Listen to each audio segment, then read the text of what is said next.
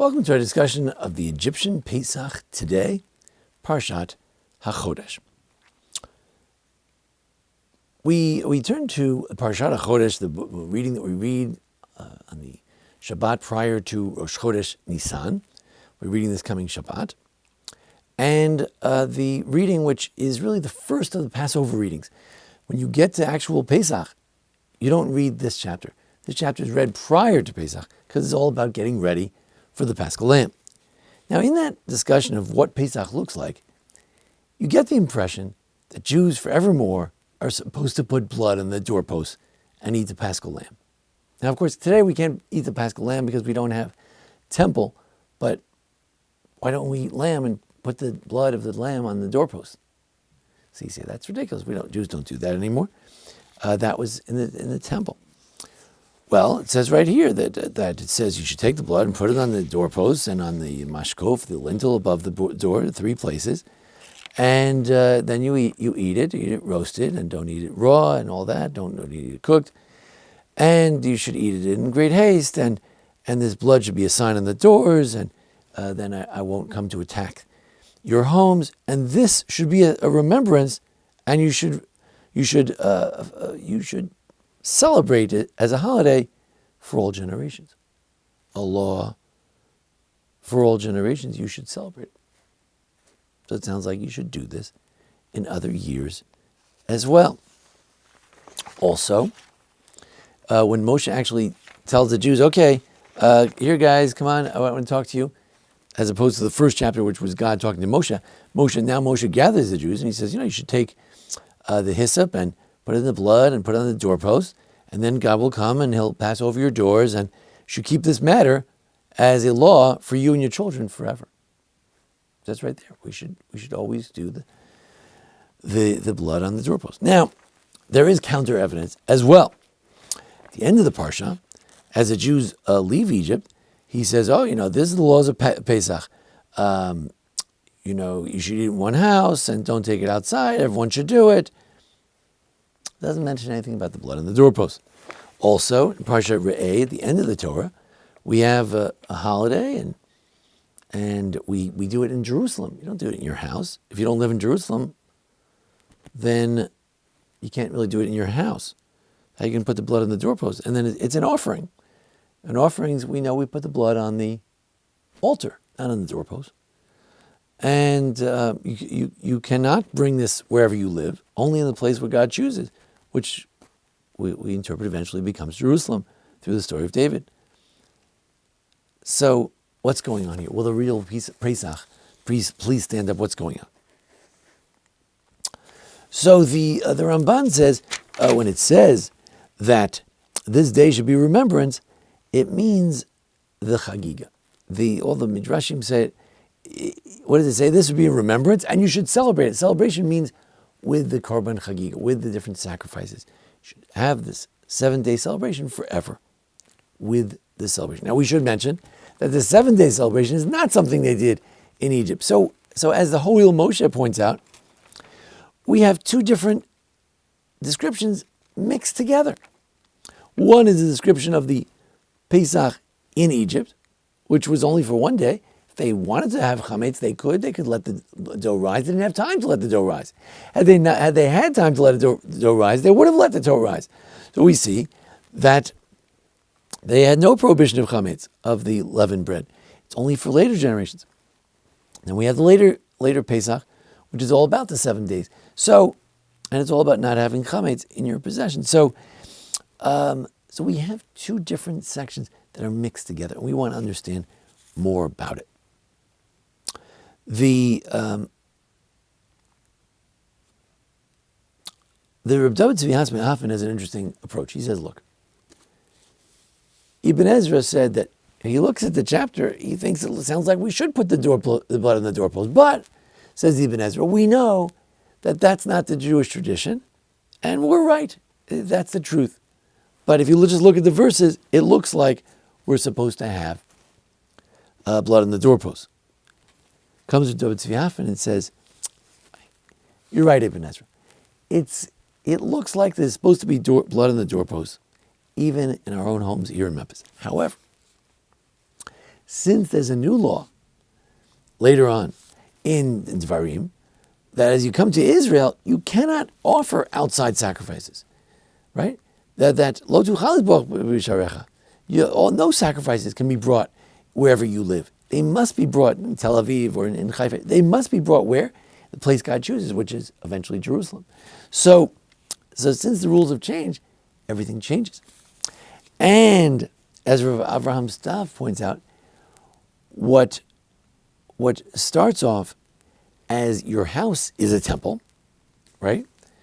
Your house is a temple. Why? Because you sprinkle the blood not on the altar, but on your doorpost. So your house is a holy place. How do we do that today? Says Rav Avraham Stav.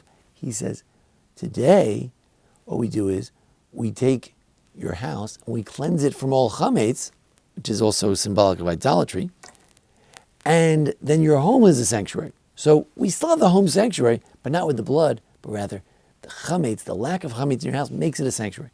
Where are you not allowed to eat chametz? Temple. Look in Parashat Tzav, Vayikra, all the meal offerings of the temple were always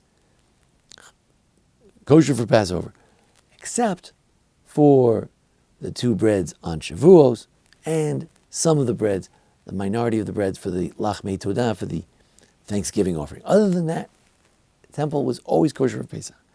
So the fact that our house is kosher for Pesach shows that our house is a temple. So what do we have here?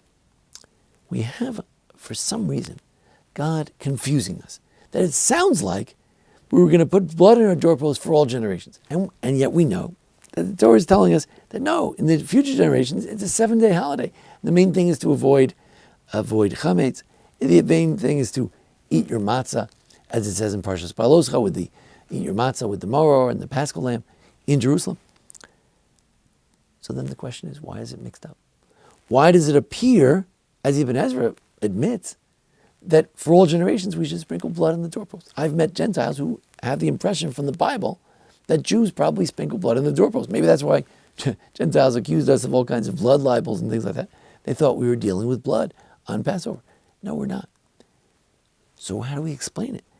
But the verses sound like you do sprinkle this for all generations. So we have to Dov Tzvi Hoffman that's all well and good if we didn't have a rule that you can't bring sacrifices outside the Beit HaMikdash.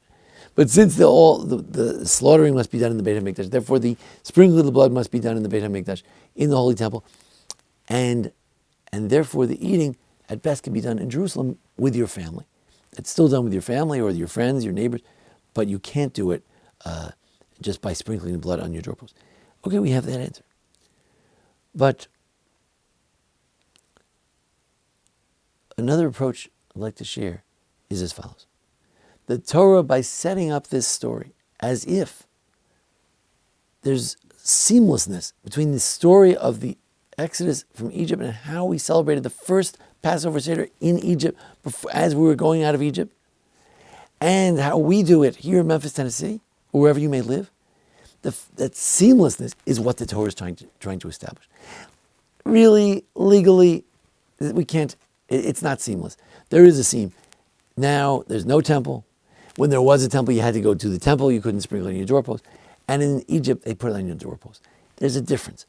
But the Torah wants to make it seem like there's a seamlessness, like it's whatever they did there, it's for all generations. The truth is, these are two different things. As the Meshech Chochmah points out, in Egypt, they were celebrating their freedom. What about today? Are we celebrating our freedom? What if you're a Jew in the Warsaw Ghetto? Can you celebrate your freedom at the Passover Seder?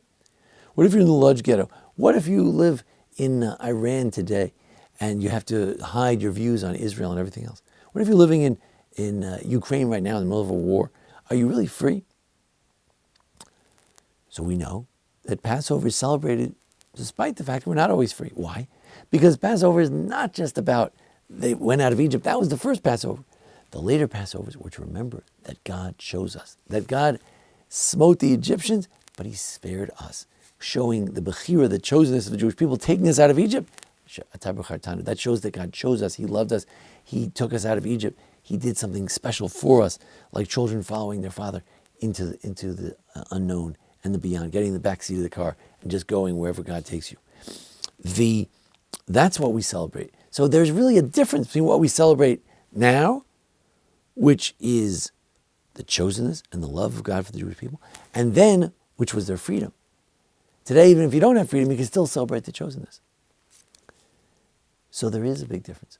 There's a big difference in practice. There's a big difference in theory. There's a difference in philosophy. There's a difference in what you're celebrating.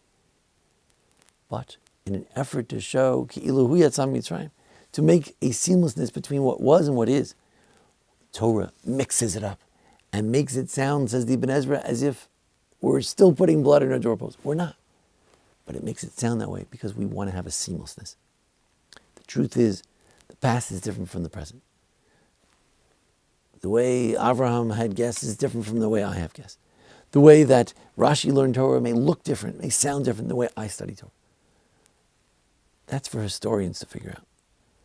But as far as I'm concerned, as far as my children are concerned, as far as the Jewish community is concerned, is a seamlessness. Whether you're King David singing songs, learning Torah, whether you're Ravina and Ravashi, Rava, studying the laws of the Talmud, the Mishnah, in the days of the Talmud, whether you're Rashi, Rambam, the Vilna Gaon, or whether you're studying today, don't tell me how different it was. Don't tell me how different we are than they were, how we think differently. I don't want to hear about that. I want to think about, and I want to celebrate the continuity between a Jew escaping Egypt and me in my home today. There are differences. We could dwell on it all day. Our job as Jews is to find the seamlessness within Jewish history that binds and connects the past, the present, and the future. With that attitude, we can truly at the Seder say, we have to see ourselves as if we went out of Egypt. This week we're also reading about Vayakel Pekudei, about the temple in Jerusalem. We don't have a temple anymore, but when we walk in a shul, we close our eyes, we should also feel we're in something that's a mikdash ma'at. It's some reminiscent a little bit of the temple in Jerusalem. There's a table, there's a little light, a constant light, there's an ark, there's a Torah. And in some ways, we should feel like we have that total seamlessness from the past, present, and God willing, for the future as well. We thank you for joining us here at the Baron Hirsch Congregation. Thanks to Jason Lefkowitz, our producer, and join us each week for discussions of the Parsha and the holidays. Thank you.